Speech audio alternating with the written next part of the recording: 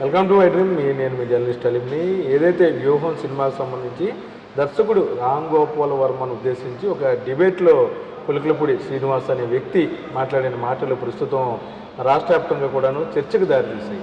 ఏకంగా ప్రైవేటు ఛానల్స్లో కానీ టీవీల్లో కానీ కూర్చొని ఒక వ్యక్తి తలకాయ తీస్తే డబ్బులు ఇస్తానని ఆఫ్ఘనిస్తాను, పాకిస్తాను, తర్వాత కొన్ని దేశాల్లో ఉన్మాద చర్యలుగా భావించే ప్రాంతాల్లో జరిగే ఏదైతే మాటలు ఉన్నాయో అవి ఇప్పుడు తెలుగు రాష్ట్రాల్లో కూడా వినబడటం అనేది నిజంగా విషయాల మీద మనతో మాట్లాడతాకి వైసీపీ అధికార ప్రతినిధి కృష్ణవేణి గారు ఉన్నారు. మేడం చెప్పండి, మొత్తమే కూడాను రామ్ గోపాల్ వర్మను ఏదైతే వ్యూహం సినిమాకు సంబంధించి చంద్రబాబు లోకేష్లను తప్పుగా చూపించారని ఒక డ్రామాని ఒక ఛానల్ క్రియేట్ చేశారు. అందులో ఎవరైతే శ్రీనివాస్ గారు ఉన్నారో ఆయన ఏకంగా దర్శకుడు రామ్ గోపాల్ వర్మ తలగా తీస్తే ₹1 కోటి ఇస్తానని కూడా చెప్పాడు. అసలు ఏంటి దారుణం, రాష్ట్రంలో ఏం జరుగుతుంది? ఒకటే చెప్పాలండి, ఇవాళ తెలుగుదేశం పార్టీ రామ్ గోపాల్ వర్మ అనే వ్యక్తికి భయపడుతుంది అనేది వాస్తవం. అవునా? రామ్ గోపాల్ వర్మ గారు తీసిన సినిమాకి భయపడుతున్నది అన్నది వాస్తవం. కాబట్టే ఇవాళ ఎంటైర్ తెలుగుదేశం పార్టీలో ఉన్న ప్రతి వ్యక్తి కూడా మీడియా ముందుకొచ్చి, సోషల్ మీడియా ముందుకొచ్చి ఇష్టానుసారంగా పిచ్చగా పెచ్చరిల్లుతూ మాట్లాడుతూ ఆయన ఆఫీసుకు కూడా వెళ్ళి వార్నింగ్లు ఇచ్చి ఇవాళ తెలుగుదేశం పార్టీలో ఉన్న ప్రతి ఒక్కరూ రామ్ గోపాల్ వర్మ అని ఆయన పేరుని జపిస్తూ ఒక రకంగా సోషల్ మీడియాలో ట్రెండింగ్గా ఉంచారు. ఎక్కడైనా కానీ రామ్ గోపాల్ వర్మ గారు ఇప్పుడు ప్రజెంట్ దీన్ని ఆయన పాజిటివ్గానే తీసుకుంటాడు అనుకోవచ్చు. ఈ విషయం ఎలా ఉంటే కొలకపూడి శ్రీనివాసరావు గారు ఏదైతే మీడియా ముందు కూర్చొని ఆర్జీవి తల తీసుకొస్తే ₹1 కోటి ఇస్తా అంటున్నారో అదే కొలకపూడి శ్రీనివాసరావు గారికి స్ట్రైట్ క్వశ్చన్. గతంలో ఒక 2 సంవత్సరాల క్రితం మీరు నా అకౌంట్లో ఎంత డబ్బులు ఉన్నాయి, ఎవరెవరి అకౌంట్ నుంచి నా అకౌంట్ ట్రాన్స్ఫర్ అయినాయి అని చెప్పేసి మీరు ట్రాన్స్పరెన్సీగా డీటెయిల్డ్గా మీరు సోషల్ మీడియాలో అప్లోడ్ చేశారు. నా దగ్గర అంత అమౌంట్ లేదు అని.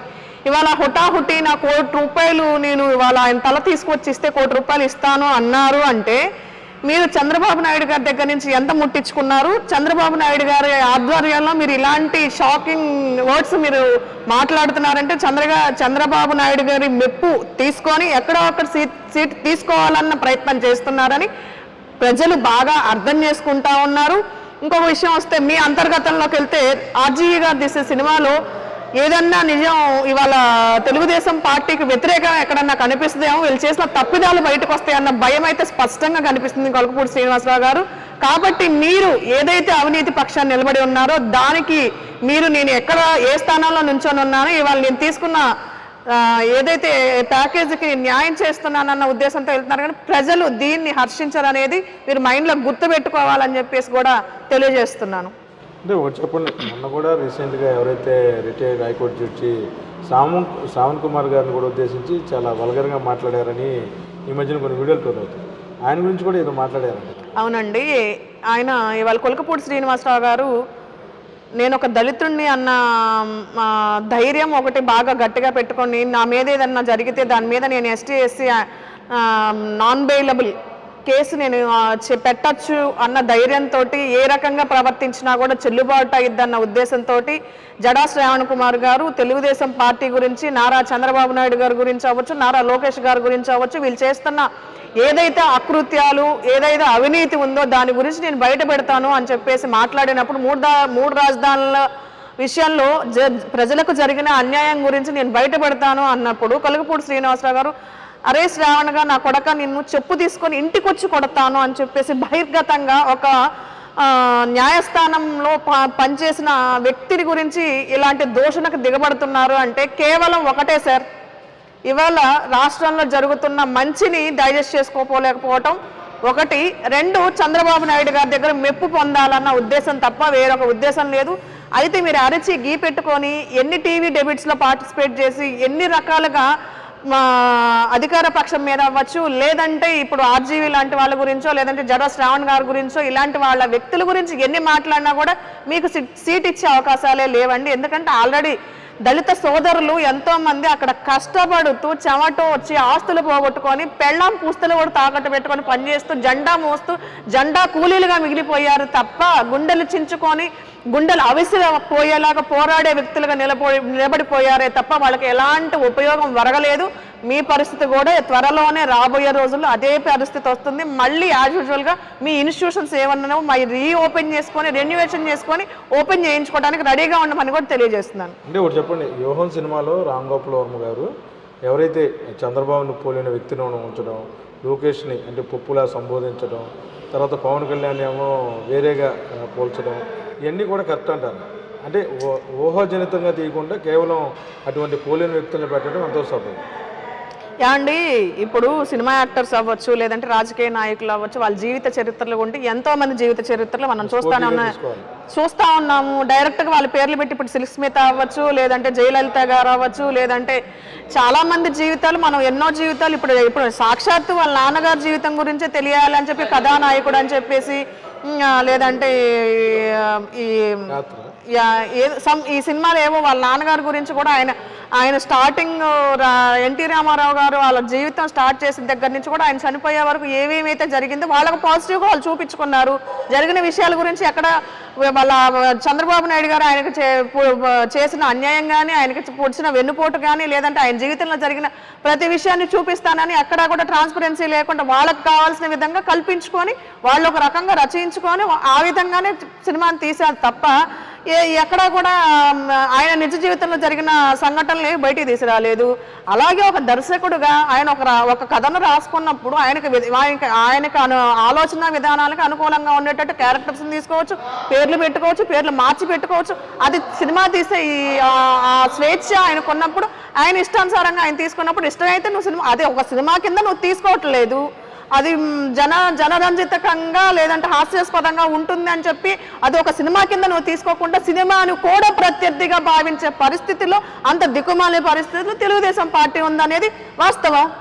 అంటే రామ్ గోపాల్ వర్మ బాగా వెనకేసుకొచ్చేది ఏంటంటే సినిమా ఇప్పుడు పవన్ కళ్యాణ్ గారి గురించి అవ్వచ్చు, లేదంటే ఎవరు ఏ సినిమా తీసినా కానీ మనం ఏమనుకుంటాం, సినిమా హాల్లో ఉన్నంత వరకు మనం దాన్ని ఎంజాయ్ చేస్తూ ఉంటాం, సినిమా చూస్తాం, సినిమా చూసి బయటకు వచ్చిన తర్వాత సినిమాది మన పని మందే. అట్లాగే సినిమా అంటే మనం ఏదైనా ఒక కొద్దిసేపు వినోదం పరిచే విధంగా వినోదం కింద మనం భావించి చూడాలి తప్ప దాన్ని ప్రత్యర్థిగా భావిస్తే దాన్నే మన జీవితం అనుకుంటే దాన్ని ఎవడు ఏం చేయలేడు దానికి. అని ఒకటి చెప్పండి, ఏదైతే గతంలో పవన్ కళ్యాణ్ గారు సినిమా తీశారో దాంట్లో గౌరవ మంత్రి గారు రాంబాబు గారిని ఉద్దేశించి ఒక ఆర్టిస్టుతో కామెడీగా చేశారు. దాని మీద రాంబాబు గారు కూడాను ఆగ్రహం వ్యక్తం చేశారు. మరి అందులో వేరేగా డమ్మీలు పెడితే అంత క్రియేట్ చేశారు, ఈయన డైరెక్ట్గా మొఖాలు పెడితే తప్పేంటి? నేను అదే చెప్తున్నానండి, వినోదాన్ని వినోదంలాగే చూడాలి తప్పి ప్రత్యర్థిలాగా చూడాల్సిన అంత అవసరం లేదు. ఎందుకు తెలుగుదేశం పార్టీని ఒక సినిమాని కూడా వినోదంలా కాకుండా ఈ రోజున వీళ్ళ నిజ జీవితంలో ఏదో జరిగిపోతుంది, రేపు రాజకీయ ఎలక్షన్ మీద ఇదేదో ప్రెషర్ చూపిస్తుంది, దీని మీద ఉన్న ఇంపాక్ట్ ఎలక్షన్ మీద పడుతుంది అన్న ఆలోచనలోకి ఎందుకు దిగజారిపోతున్నారు అంటే ఒకటే సార్, ఇవాళ చంద్రబాబు నాయుడు గారు అరువులు చాపి అధికారం కోసం అరచేతులు చాపి ప్రతి ఒక్కళ్ళ దగ్గరికి వెళ్ళి అడుక్కునే పరిస్థితిలో ఉన్నారు కాబట్టి ఈ రోజున ఒక సినిమాను కూడా వినోదంలాగా కాకుండా ప్రత్యర్థిగా భావించి భయపడుతున్నారు. వాళ్ళ అవినీతి భాగవతాలన్నీ ఆల్రెడీ జనాల్లోకి వెళ్ళిపోయి ఉన్నాయి కాబట్టి ఇది కూడా ఒక రకంగా ఆ ఇంపాక్ట్ ఎలక్షన్ మీద పడి మేము మళ్ళీ గెలవమేమో అన్న అభద్రతా భావంతో ఇలాంటి చర్యలకి పాల్పడుతున్నారు. మొత్తానికి వైసీపీ వాళ్ళందరూ కూడా వ్యూహం సినిమా రిలీజ్ ఎప్పుడు వద్దాం చూస్తున్నారు, టీడీపీ వాళ్ళు అది ఆపే పనులు అంటున్నారు. తప్పే ఉంది సార్, అభిమాన హీరో సినిమా గురించి అభిమానులు ఎదురు చూస్తూనే ఉంటారు. అలాగే అభిమాన నాయకుడి గురించి తెలుసుకోవాల్సిన విషయాలు ప్రతి ఒక సినిమా చూస్తే ఒక బుక్ చదివినట్టు అని చెప్పేసి అనుభవజ్ఞులు చాలా మంది చెప్తారు. అట్లాగే ఇప్పుడు రాజశేఖర్ రెడ్డి గారి గురించి అవ్వచ్చు, లేదంటే జగన్మోహన్ రెడ్డి గారి గురించి అవ్వచ్చు, లేదంటే వైఎస్ఆర్సీపీ పార్టీ గురించి అవ్వచ్చు, ఇంకా తెలియని విషయాలు ఏమన్నా ఉన్నాయో తెలుసుకోవాలన్న ఉత్కంఠ ప్రతి ఒక్కళ్ళ అభిమానులుగా మాకు ఉంటుంది కాబట్టి వెయిటింగ్లో ఉన్నాం. మేము తప్పనిసరిగా దాన్ని విజయవంతం చేసి మేము చూస్తాము. ఇంకా తెలియాల్సిన విషయాలు ఏమన్నా ఉంటే తెలుసుకుంటాము. వినోదంలాగా మేము ఫీల్ అవుతాం తప్పితే దాని గురించి ఏదో ప్రతిపక్షాల మీద ఈ ప్రభావం చూపించి వాళ్ళని రాజుల కాలంలో లాగా యుద్ధాలు కత్తులు తీసుకొని అయితే మేము దిగవండి. ఎందుకంటే ప్రజల పక్షంగా ప్రజా అభిష్టం మేరకు ప్రజలకు సరిపోవాల్సిన సంక్షేమ పరిపాలన జగన్మోహన్ రెడ్డి గారు చేశారు కాబట్టి మేము ధైర్యంగా ఉన్నాము.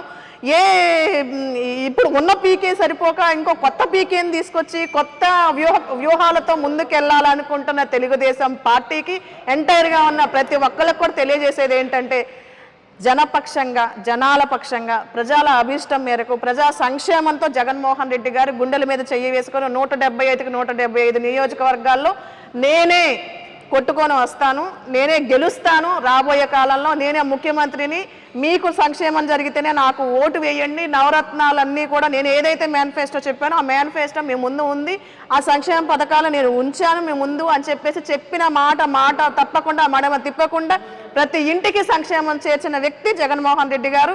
అదేవిధంగా గత కాలంలో ఏదైతే ఈ చంద్రబాబు నాయుడు గారు ఉన్నారో ఆయన చెప్పిన మేనిఫెస్టో కానీ ఆయన ఇస్తానన్న సంక్షేమ పథకాలు కానీ ఏమాత్రం నెరవేర్చగలిగారో లేదంటే ఎంత మాత్రం నెరవేరుస్తారు అని చెప్పేసి మీరు జనాలు ఆలోచించుకుంటున్నారు. జగన్మోహన్ రెడ్డి గారు చేసిన సంక్షేమాన్ని అలాగే నారా చంద్రబాబు నాయుడు గారు ఇచ్చిన మేనిఫెస్టోని బేరేజ్ వేసుకొని ప్రజలు కూడా ఒకసారి బుద్ధి చెప్పారు, రాబోయే రోజుల్లో బుద్ధి చెప్తారని చెప్పేసి కూడా తెలియజేస్తున్నాను. వీరు ఇచ్చే సంక్షేమ పథకాలు కానీ వీళ్ళు చేసే ప్రచారాలను కానీ నమ్మే పరిస్థితుల్లో ప్రజలు లేరు అని చెప్పేది వాస్తవం. కానీ అది పెద్ద కామెడీగా ఉంది. ఇది కొలికిపూడి శ్రీనుదేను ఆ డిబేట్లో కూర్చునేది ఆగండి లేగలిగేస్తానని చెప్పడం.